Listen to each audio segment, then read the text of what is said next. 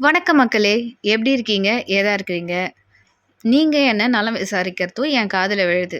என் நலத்துக்கு என்ன குறைச்சல்? இதோ தான் வக்கனையா ஹெல்த்தியா சாப்பிட்றேனே! அப்புறம் என்ன? வாங்க இன்னைக்கு நம்ம ஹெல்த்தியான ஒரு ஃபுட்ட தான் பார்க்க போறோம். தட் இஸ் கால்டு கேவுர் அடை. ஆமாங்க, எனக்கு சின்ன வயசுலேருந்தே கேவுர் அடைன்னா ரொம்ப இஷ்டம். ஆனா இது ரொம்ப ரேரா தான் செய்வாங்க. அது ஏன்னே தெரிலங்க. இந்த நேரத்தில தான் நான் உங்களுக்கு ஒரு அரிய வகை ப்ராடக்ட்ட காமிக்க போறேன். அது என்னன்னு சொல்லிட்டு பார்த்தீங்கன்னா, மீஷோல வாங்குன ஒரு ப்ராடக்ட். இது வந்து எண்ணெய் வந்து ஸ்ப்ரே பண்ணுறது. அதாவது நான் தோசை, சப்பாத்தி ஊத்துறப்ப ஸ்பூன்ல எடுத்து எண்ணெய் ஊத்துறேன்னா, நெறைய ஆகுது. அதனால தான் இத நான் வாங்குனேன். நான் இப்ப கொஞ்சம் ஹெல்த் கான்ஷியஸோட இருக்கிறேன். அதுதான் காரணம். கேவரடை செய்யறதுக்கு என்னென்ன பொருள் வேணும்னு பார்த்துடலாம். 1 ஸ்பூன் கடுகு உளுத்தம் பயிர், 1/2 ஸ்பூன் நெல் சீரகம், 1 ஸ்பூன் கருப்பு உளுந்து, 2 காஞ்ச மிளகாய். சட்டியில எண்ணெய் காஞ்ச உடனே கடுகு உளுத்தம் பயிர் போடுங்க. கடுகு உளுத்தம் பயிர் போட்ட உடனே நெல் சீரகத்த போட்டிங்கன்னா பூ மாரி பொரிஞ்சு விடும். வந்த உடனே கருப்பு உளுந்த போடுங்க. கருப்பு உளுந்து இல்லன்னா வெள்ளை உளுந்து போட்டுக்கலாம். ஒண்ணும் தெய்வ குத்தம் ஆகாது. அதைத் தொடர்ந்து 2 காஞ்ச மிளகாய் போடுங்க.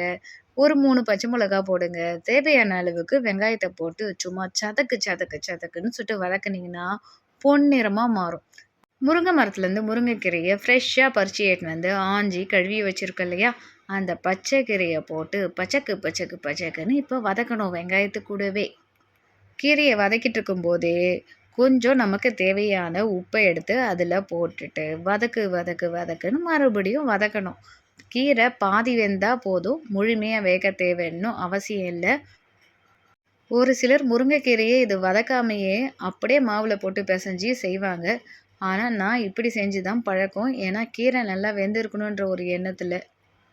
கேவூர் மாவுலாம் கடையில வாங்குற பழக்கம்லாம் இல்லங்க. நான் எப்பவுமே வீட்ல அரைச்சு தான் வச்சிருப்பேன். தேவையான அளவு மாவ எடுத்துட்டு, அதுலயும் பாதி உப்பு போட்டுக்கலாம். ஏன்னா, ஏற்கனவே பாதி உப்பு கீரையில போட்டாச்சு. இப்ப தேவையான அளவுக்கு தண்ணிய இப்படி தெளிக்கணும் தவிர, ஊத்திட்டு அப்படியே பெசையக்கூடாது. ஏன்னா, நமக்கு பதம் வராது. கிட்டத்தட்ட கோதுமை மாவு பெசைற மாரியே தான். இப்ப இது கூடயே நம்ம கீரை வதக்கி வச்சிருக்கோம் இல்லையா? அத அதில போட்டுட்டு பெசைய வேண்டியது தான் நம்ம வேல. பெசஞ்சுட்டா நமக்கு உருண்டை ரெடி.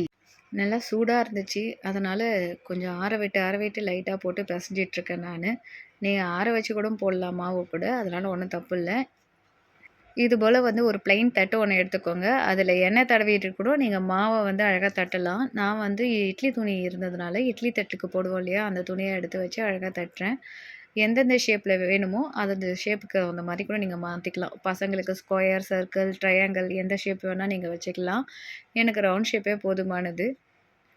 தோசைக்கல்ல இது கையில எடுத்துலாம் போட முடியாது. இது போல கவுத்து போட்டு தான் எடுக்கணும். அத அப்படியே கிளாத் எடுத்தீங்கன்னா, அப்படியே ஷேப் வந்துரும். அது மேல லைட்டா எண்ணெய ஸ்ப்ரே பண்றேன் நானு. கவுண்டமணி சார் ஒரு படத்துல சொல்வாருல்ல, ஈயம் பூசுன மாரியும் இருக்கணும், பூசாத மாரியும் இருக்கணும். அதுபோல தான். எண்ணெய் ஊத்துன மாரியும் இருக்கணும், ஊத்தாத மாரியும் இருக்கணுன்றது. இந்த ஃபோர்க் கரண்டிய வச்சு நான் எதுக்கு குத்துறேன்னா, கொஞ்சம் வந்து மொத்தமா இருந்துச்சுன்னா, உள்ள கொஞ்சம் வேகும் அப்படின்றதுக்காக குத்துறேன்.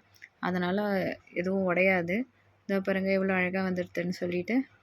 இதுக்கு ஆக்சுவலா நான் எதுவும் தொட்டுட்டுலாம் சாப்பிட மாட்டேன் சின்ன வயசுலேருந்தே. வெறும் வாயிலே சாப்பிட்டுருவேன். ஏன்னா எனக்கு அவ்வளோ இஷ்டம். இதுக்கு தேங்காய் சட்னி வச்சு நல்லா சாப்பிட்லாம். இட்லி தூளும் நல்லா தான் இருந்துச்சு. வீட்ல இட்லி தூள் இருந்ததுனால அதுவே போதுமானதுன்னு சொல்லிட்டு நான் அப்படியே வச்சு சாப்பிட்டுட்டேன். ஓகே ஃப்ரெண்ட்ஸ், இதுபோல் வீட்ல நல்லா ஹெல்த்தியான ஐட்டமா செஞ்சு சாப்பிடுங்க. இந்த வீடியோ உங்களுக்கு பிடிச்சிருந்தா லைக் பண்ணுங்க, ஷேர் பண்ணுங்க, சப்ஸ்கிரைப் பண்ணுங்க. உங்க ஃப்ரெண்ட்ஸுக்கு ஃபார்வர்ட் பண்ண மறக்காதீங்க.